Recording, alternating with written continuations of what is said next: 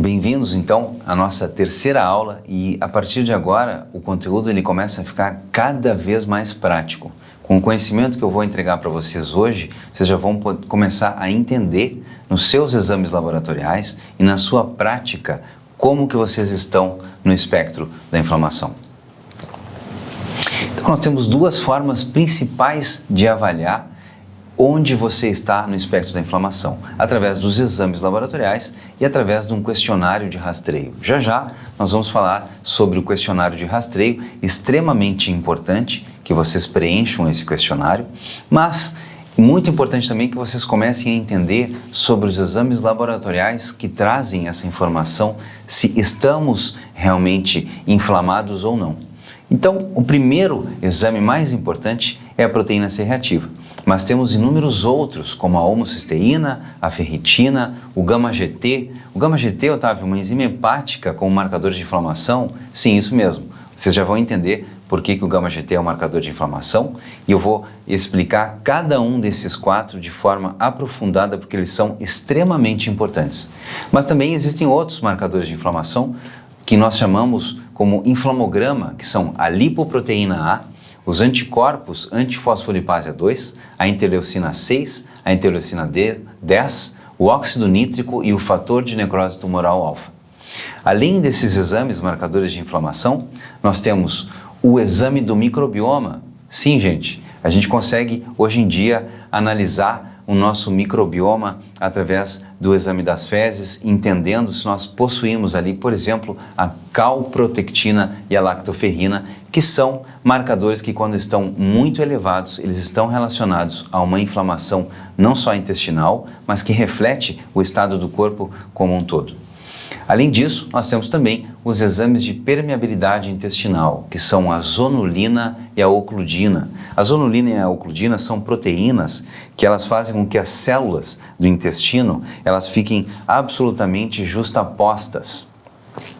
E essa justaposição das células do intestino faz com que substâncias que são prejudiciais não passem do intestino para o sangue.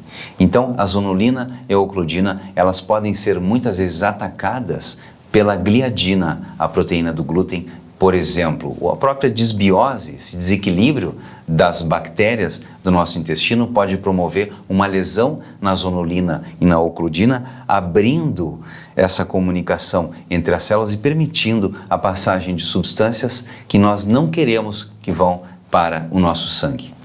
E por último, alguns testes também de atividade autoimune, como o fator antinuclear e também o fator reumatoide. Então vamos começar com a proteína C reativa ultrassensível, esse que é um dos marcadores inflamatórios mais conhecidos e mais importantes para determinar o nosso estado, se estamos com inflamação crônica ou não. A proteína C reativa ultrassensível, guardem isso porque existe também a forma da proteína C reativa sem ser a ultrassensível. Ela é uma forma indireta de avaliar a interleucina 6. A faixa ideal da proteína C reativa, de acordo com alguns kits, é que ela seja menor do que 1, porque quando ela está menor do que 1, nós temos um risco cardiovascular leve, um risco de ter infarto ou AVC, por exemplo, é baixo. Quando a proteína C reativa está entre 1 e 3, esse risco é considerado moderado para apresentar infarto e AVC.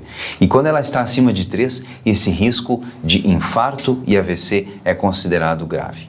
Então, como que acontece isso? Nós temos uma inflamação crônica que, como você sabe, muitas vezes começa no intestino. Essa inflamação ela vai acabar por sinalizar para as nossas células de defesa e eles produzem uma substância, uma interleucina, um mensageiro que é a interleucina 6.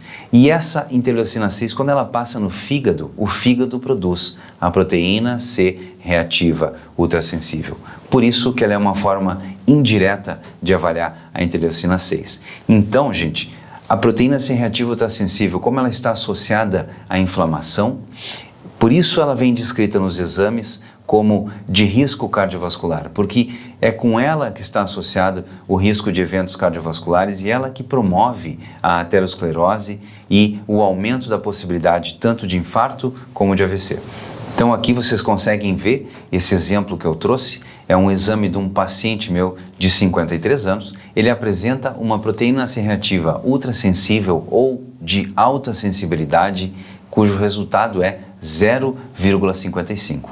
Ou seja, ele está com um risco baixo de doença cardiovascular, tem um risco baixo de infarto e de AVC. Se essa proteína C reativa ultrassensível ela viesse acima de 3, esse paciente ele teria um risco alto. E essa classificação, se vocês fizerem um exame, vai vir no exame de cada um de vocês. E por hora, eu só quero que vocês fiquem com essa reflexão. Por que que o meu risco cardiovascular ele vem descrito, ele vem discriminado nessa proteína C reativa ultrassensível e por que esse risco não vem discriminado nos meus exames de colesterol e triglicerídeos? Façam essa reflexão e mais adiante nós vamos discutir essa questão em especial. Então esse é o segundo marcador inflamatório, um dos mais importantes, a homocisteína. A homocisteína, gente, é um aminoácido inflamatório. Ela está ligada à doença cardiovascular, ao câncer, à demência, à osteoporose e a uma série de outras doenças crônicas. Ela é comumente alta em pessoas também com doenças autoimunes e a faixa ideal da homocisteína é que ela esteja abaixo de 10, pelo menos, porque vocês vão ver nos exames de cada um de vocês que a faixa que o laboratório entrega é algo como em torno de 6 a 18. Mas nós não queremos a homocisteína, que é um aminoácido inflamatório, lá no limite superior da normalidade. Nós queremos a homocisteína no limite inferior dessa normalidade, ou seja, pelo menos menor que 10, e alguns autores até discutem que o ideal seria que ela fosse menor do que 8. Só para dar um exemplo para vocês, recentemente a minha homocisteína estava em 13, estava um pouquinho acima da faixa ideal. Mas a homocisteína ela é um aminoácido que ele é resultante do metabolismo. Então isso me trouxe a informação de que eu estava deficiente nas vitaminas B6, B12 ou B9, porque essas vitaminas elas vão diminuir a produção desse aminoácido inflamatório que é a homocisteína. Então depois de aumentar a suplementação, a minha B12 já estava num valor extremamente adequado, em 1.200, a minha B9 estava cerca de 24, que é um limite superior da normalidade também, assim como a B12. No entanto, a minha vitamina B6 estava baixa. Isso me permitiu aumentar a suplementação de B6 e a minha homocisteína, depois disso, ela voltou para um valor mais desejável, valor de 7. Então, caso vocês estejam se deparando pela primeira vez com a homocisteína como um marcador inflamatório, eu trouxe inúmeras evidências científicas para que vocês entendam isso de uma vez por todas. Nesse primeiro estudo que vocês conseguem ver aqui, a homocisteína circulante como um marcador inflamatório e o fator de risco para as doenças inflamatórias com risco de vida. Logo abaixo aqui vocês conseguem ver a homocisteína induzindo a inflamação na retina e no cérebro. E mais embaixo, nesse outro estudo, vocês veem a homocisteína como um marcador inflamatório na doença coronária aguda. Pessoal, a conclusão que esse último estudo trouxe foi que os níveis elevados de homocisteína, interleucina 6, fator de necrose tumoral alfa e proteína C reativa ultrassensível, eles podem estar associados a um maior número de artérias doentes e, consequentemente, a gravidade da doença coronariana. Mais alguns outros estudos, como por exemplo, um estado pró-inflamatório está associado com a hiperhomocisteinemia, ou seja, o aumento da homocisteína em pacientes idosos. E nesse outro estudo aqui, vocês conseguem perceber a relação entre a proteína C reativa, os níveis de homocisteína, de fibrinogênio, de lipoproteína, os leucócitos e as plaquetas no risco cardiovascular durante 10 anos. Gente, a conclusão desse último estudo traz a informação de que esses achados indicam que a inflamação sistêmica de baixo grau e o aumento da homocisteína estavam presentes em participantes com alto risco de doença arterial coronariana em 10 anos. Ok, então agora vocês entenderam que a homocisteína ela é realmente um marcador inflamatório. Mas será que reduzir os níveis da homocisteína está realmente relacionado com melhora clínica?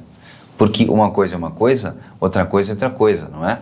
E isso não ocorre, por exemplo, no colesterol. O colesterol está associado com o infarto do miocárdio, mas muitos estudos mostraram que reduzir o colesterol não diminuiu a chance de infarto. Então, grande parte das pessoas que têm infarto, metade delas tem o colesterol alto, metade delas tem o colesterol baixo. O que essas pessoas que têm infarto vão apresentar mais? Inflamação crônica, proteína C reativa ultrassensível em níveis mais altos. Então, gente, quando nós falamos de marcadores, é muito importante estabelecer essa correlação.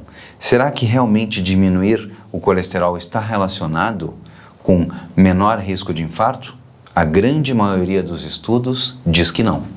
E a homocisteína? Esse estudo que eu trouxe para vocês, o efeito da redução dos níveis de homocisteína nos marcadores inflamatórios. Foi um ensaio clínico randomizado e ele trouxe a informação de que influencia nas respostas inflamatórias envolvendo a proteína C reativa, essa molécula de adesão intercelular. Ele baixa a oxidação da lipoproteína de densidade, que é o LDL, e os autoanticorpos contra a lipoproteína de baixa densidade oxidada. Então, gente, resumindo, a homocisteína, ela diminui essa inflamação que está relacionada com a inflamação do endotélio, dos vasos e com os eventos cardiovasculares. Então, aqui temos a ferritina, mais um marcador importante de inflamação. Então, normalmente, alguns colegas pensam que a ferritina é apenas um marcador dos níveis de ferro armazenados. Mas não, os níveis altos da ferritina, eles estão associados sim com a inflamação. Já já vocês vão ver uma série de estudos científicos confirmando essa afirmação tão audaciosa. O intervalo ideal, gente, da ferritina para homens é que esteja entre 33 e 236. Mas para nós otimizarmos os níveis da ferritina, que justamente ela mostra também os depósitos de ferro, nós precisamos de níveis otimizados para que as hemácias possam carregar mais oxigênio para o cérebro, por exemplo. Então, níveis otimizados seriam níveis que estão ali próximo do quartil superior, o último quarto dessa divisão entre 230 e 30. Ou seja, uma ferritina mais ou menos próxima de 150 seria o valor ideal. As mulheres, a faixa ideal para mulheres é entre 50 e 122 e esse número nas mulheres é menor porque as mulheres têm a questão da menstruação e essa perda de sangue todo mês faz com que os depósitos de ferro sejam um pouco menores. Já na pós-menopausa, quando nós não temos mais o evento da menstruação, nós temos níveis mais altos de ferritina, mais semelhante aos homens, como 150 e até 263. Aqui do lado, vocês conseguem observar o meu exame de sangue. A minha ferritina, nesse ano de 2024, está 203. Mas se vocês observarem esses outros níveis feitos em anos anteriores, a minha ferritina ela já chegou a estar 670. Então, esse nível de 670 foi naquele ano que começou a pandemia e justamente naquele ano começaram a aparecer uma série de estudos mostrando que pacientes com ferritina alta tinham uma evolução pior da Covid. Os pacientes com ferritina alta tinham maior mortalidade, maiores taxas de morte. Então, isso faz todo sentido porque nós sabemos que a Covid é uma doença inflamatória e ela promove a tempestade de citocinas, não é? As citocinas inflamatórias. Então, o que eu fiz naquele momento para diminuir os meus níveis de ferritina de forma mais rápida? Eu comecei a fazer retiradas de sangue no consultório, retiradas graduais. A doação de sangue, gente, muitas vezes ela pode diminuir a ferritina em valores como, por exemplo, 50 a 80 em cada doação. Então aqui vocês veem inúmeros estudos, inúmeras evidências científicas mostrando o porquê nós conseguimos utilizar a ferritina como um marcador inflamatório. Nesse primeiro estudo, hiperferritinemia é o aumento da ferritina associada à inflamação. Aqui embaixo, nesse estudo aqui de baixo, vocês conseguem observar o nível sérico, o nível no sangue da ferritina durante a hospitalização de pacientes com Covid-19 que tiveram o brain fog, essa névoa mental, essa confusão mental, essa queda significativa de rendimento da performance mental. A ferritina esteve associada com essa confusão, com essa névoa mental em pacientes que tiveram o Covid-19. Mas aqui vocês conseguem ver outros estudos associando a ferritina com a Covid, essa doença que hoje nós sabemos é uma doença que envolve citocinas e envolve uma tempestade de inflamação, digamos assim. E aqui por último nós vemos os níveis no sangue da ferritina como um marcador importante de doença inflamatória, demonstrando a lesão de células. Esse estudo, ele trouxe a informação de que níveis elevados de ferritina em pacientes com essa névoa cerebral podem refletir a contribuição da inflamação crônica no desenvolvimento da névoa cerebral. Esse estudo, ele fornece uma nova visão sobre o mecanismo patogênico do brain fog, essa névoa mental, após a Covid-19. O γ-GT, mais um importante marcador de inflamação-oxidação. O γ-GT, alguns de vocês vão se questionar, mas o γ-GT não é um marcador de problemas com o fígado, assim como o TGO e o TGP? Nós sempre solicitamos esses exames classicamente para avaliar a função hepática, a função do fígado, TGO, TGP e γ-GT. Não, acontece que os níveis elevados de γ-GT, eles indicam um aumento na demanda por glutationa para combater o estresse oxidativo. E o que é a glutationa? Gente, glutationa é uma das principais enzimas antioxidantes que o nosso próprio corpo produz. Então, quando o γ-GT aumenta, é sinal que o organismo está produzindo muita glutationa, é sinal que o organismo está entrando em contato com toxinas. O organismo pode estar sendo intoxicado, como muitas vezes acontece, pelo álcool. O álcool aumenta o γ-GT, muitos medicamentos que são como venenos, como toxinas, precisam do aumento da produção de glutationa para serem desintoxicados, para serem lavados para fora do organismo. E também, claro, muitas toxinas, os agrotóxicos, muitos metais tóxicos como mercúrio, chumbo, alumínio e até o cádmio. Esses metais, eles demandam quantidades maiores de glutationa e nós avaliamos a necessidade da glutationa pelo aumento do γ-GT. Então, o γ-GT, ele é um marcador principalmente de oxidação e vocês sabem, a inflamação e a oxidação, elas caminham juntas. Então, abrindo um pequeno parênteses, nós estamos falando um pouco de oxidação. O que é essa oxidação e o que é o radical livre? O radical livre, gente, é uma molécula que ela perdeu um elétron.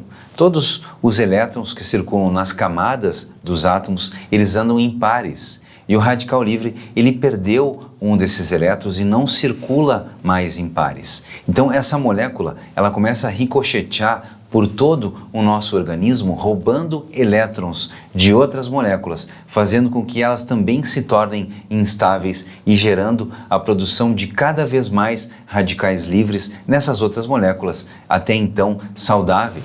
E o que vem a ser então o estresse oxidativo? O estresse oxidativo é quando nós temos um excesso de produção de radicais livres. Porque, gente, entendam, a produção de radicais livres é normal. Não tem como não produzir radicais livres. A nossa mitocôndria na cadeia respiratória, cada vez que um elétron passa de uma cadeia para outra, ela vai liberando radicais livres. Então, é absolutamente normal no processo metabólico, no processo de respiração, de produção de energia, de produção de ATP, nós formarmos radicais livres. Nós formamos radicais livres a todo momento. Vocês estão formando inúmeros radicais livres pelo simples fato de estarem prestando atenção nessa aula aqui e agora. O problema é quando nós temos um excesso de radicais livres que não foi compensado pelas nossas próprias enzimas antioxidantes. Quais são as enzimas antioxidantes? A glutationa peroxidase, igual eu acabei de citar para vocês, é uma enzima que ajuda a combater os radicais livres. Temos outras, como a catalase e também a superóxido dismutase, que vocês conseguem ver nessa figurinha aqui do lado. O que acontece é que aí entra o papel dos antioxidantes, não é? Os antioxidantes, eles podem ser de duas formas. Ou enzimáticos, como essas 3 enzimas que eu citei para vocês, as mais conhecidas, ou então podem ser antioxidantes não enzimáticos, como por exemplo as vitamina C, a vitamina E, não é? Inúmeros outros flavonoides e também a própria melatonina funcionam como antioxidantes. O que quer dizer isso, Otávio? Funciona como antioxidante? Quer dizer que eles doam um elétron para aquele átomo, para aquela molécula que estava faltando um elétron ali para ficar pareado junto com aquele elétron. Então o antioxidante, ele doa um elétron, fazendo com que aquele radical livre pare de ricochetear por todo o organismo, roubando elétron e perturbando a função de inúmeras outras moléculas. E como que nós produzimos, de que forma acontece principalmente o estresse oxidativo? De inúmeras formas, mas as formas mais conhecidas são através de toxinas, através da incidência dos raios ultravioletas do tipo A, por exemplo, não é? Através do fumo, do cigarro, esses poluentes, essas toxinas que vêm no cigarro aumentam a produção de radicais livres, não é? Também outras substâncias, outros xenobióticos podem aumentar a produção de radicais livres. E o que acontece? O excesso de radicais livres, ele promove o dano diretamente no nosso DNA. E esse que é o problema por ter radicais livres em excesso. Esse dano constante, contínuo e permanente no nosso DNA vai causando mutações que muitas vezes fazem com que essa célula se reproduza de forma anárquica, gerando, por exemplo, um câncer.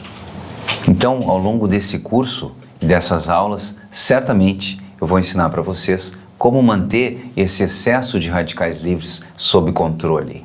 Ou seja, como que nós podemos aumentar as nossas enzimas antioxidantes para que as nossas próprias defesas naturais do nosso organismo, através dessas enzimas, a glutationa peroxidase, a SOD, a superóxido dismutase e a catalase, essas enzimas aumentadas, elas possam combater esse excesso de radicais livres, deixando o nosso organismo absolutamente equilibrado, prevenindo assim o envelhecimento, prevenindo o câncer, prevenindo as doenças cardiometabólicas, neurodegenerativas e assim por diante. Entendam, gente, que a oxidação e a inflamação, elas caminham juntas. E de que forma que isso acontece? Então vocês têm isso aí nesse estudo, não é? O estresse oxidativo, a inflamação e a doença. O que acontece é que o estresse oxidativo, ele promove um mau funcionamento da célula e essa célula, funcionando de forma inadequada, acaba por diminuir as suas funções e também muitas vezes ela acaba provocando o próprio suicídio, que nós chamamos esse processo de apoptose. A célula diminui as suas funções e muitas vezes ela acaba morrendo. Dessa forma, o estresse oxidativo acaba gerando a inflamação. Então observem aqui nessa figura como que acontece. O estresse oxidativo, esse excesso de radicais livres, acaba por ativar algumas vias, como a NF-κB, por exemplo, que é uma via que produz citocinas inflamatórias. Então, essa via do NF-κB aumenta a produção de citocinas inflamatórias e essas citocinas inflamatórias, elas muitas vezes estão associadas com o câncer e a progressão do câncer, assim como de inúmeras outras doenças, não é? E aqui do lado, então, vocês conseguem observar algumas toxinas gerando diretamente a produção de ROS. O que é ROS? São espécies reativas de oxigênio, que é um nome mais bonito para radicais livres. Então os radicais livres, os ROS, eles acabam por promover, por influenciar no inflamossoma, que são esses genes responsáveis pela produção de citocinas, de interleucinas, desses sinalizadores inflamatórios, como a interleucina 1-beta, a interleucina 6, por exemplo, e essas interleucinas, elas promovem, então, a inflamação. E esse processo, gente, ocorre inclusive na COVID, como vocês podem ver aqui.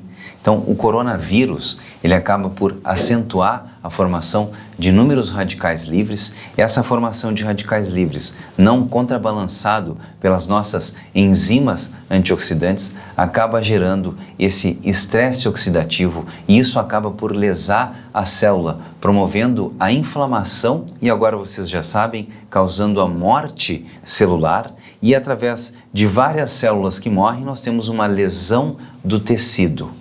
Então, esse mecanismo ele está disseminado em inúmeras doenças crônicas e também doenças classicamente inflamatórias, como a Covid-19. Então, aqui nesse estudo, o papel do estresse oxidativo na patogênese das infecções pelo coronavírus. Vocês conseguem ver mais uma vez o estresse oxidativo, os radicais livres ativando algumas vias que levam à produção de inflamação, de citocinas inflamatórias, e isso acaba por gerar a morte, o suicídio celular. E quando nós temos inúmeras células morrendo, nós temos um tecido mais doente. E esse tecido, quando vários tecidos adoecem, nós temos um órgão doente. Então, caso vocês ainda não estejam familiarizados com o γ-GT como um marcador inflamatório, eu trouxe aqui inúmeras comprovações científicas dessa correlação.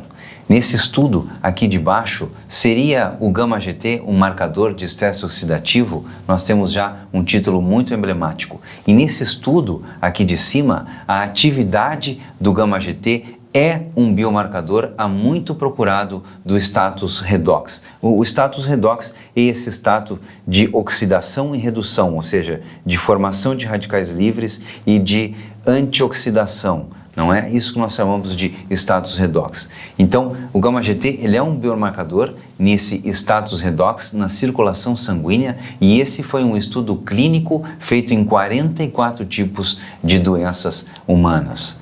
Logo aqui do lado, vocês veem mais alguns estudos. A associação entre o γ-GT e a proteína C reativa ultrassensível, que vocês já sabem, é um clássico marcador de inflamação.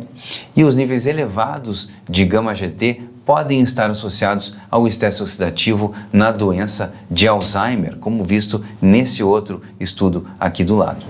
E nesse último estudo aqui, vocês conseguem perceber a conclusão dos autores foi que no nossa corte, os indivíduos assintomáticos com níveis no sangue mais elevados de γ-GT, eles estiveram associados de forma independente com um aumento da inflamação subclínica durante esses estados metabólicos. E esses achados podem explicar o porquê o γ-GT esteve associado com um aumento do risco cardiovascular. Então, vocês devem lembrar que nós possuímos duas maneiras de identificar onde nos encontramos no espectro da inflamação. Uma das maneiras é através dos exames laboratoriais e eu precisei explicar alguns deles para vocês de forma profunda, mas existem inúmeros outros, como vocês sabem, e também existe uma outra forma de identificar onde estamos no espectro da inflamação e essa outra forma é através do preenchimento desse questionário, desse rastreamento metabólico. Então, agora, para tudo e preenche esse questionário que está lá no material de apoio dessa aula. Esse questionário de rastreio metabólico vai avaliar a condição de vocês hoje e vocês vão se impressionar com o quanto de melhora que vão apresentar quando preencherem ele novamente daqui a 3 meses. Porque esse questionário ele traz a informação de forma objetiva, trazendo em números a quantidade de sintomas que vocês apresentam. E depois de fazerem as dietas de eliminação, eliminando o glúten, eliminando o leite, eliminando os alimentos processados, eu tenho certeza que vocês irão melhorar e de inúmeras formas vários quesitos desse rastreio, melhorando, por exemplo, os níveis de energia, melhorando a fadiga, melhorando o brain fog, a névoa mental e muitos de vocês, inclusive, melhorando as dores de cabeça. E aí, você já preencheu o questionário de rastreio metabólico? Preciso muito que você preencha esse questionário para que nós tenhamos um dado objetivo de como é o seu estado de saúde hoje. para que você possa preenchê-lo novamente daqui a alguns meses e observe isso de forma matemática, a sua evolução em direção a uma saúde mais plena. Então, observem, depois de preenchido esse rastreio, onde vocês estão no espectro da inflamação. Como vocês podem ver aqui do lado, de acordo com a pontuação, vocês podem estar com um risco muito baixo, um risco moderado ou então estar num risco já severo de evolução para as doenças autoimunes, que são o auge desse processo inflamatório. Espero que tenham gostado dessa aula. Nos vemos em breve.